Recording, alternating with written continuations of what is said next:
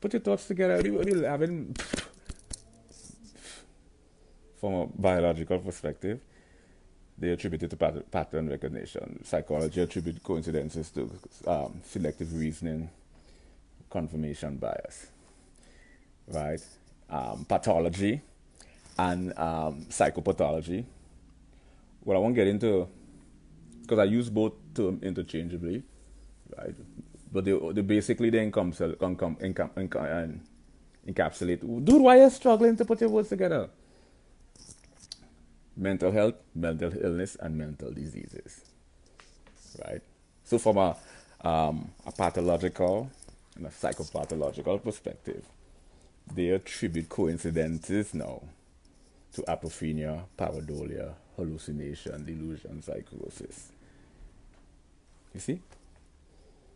So every discipline, every field interpret we call it, I say a causal event or scenario because they say coincidences is not causal. But everyone interprets these highly improbable events or scenario with a different explanation. The explanation derives from the tiny limited working knowledge they have within the scope of their understanding of their discipline.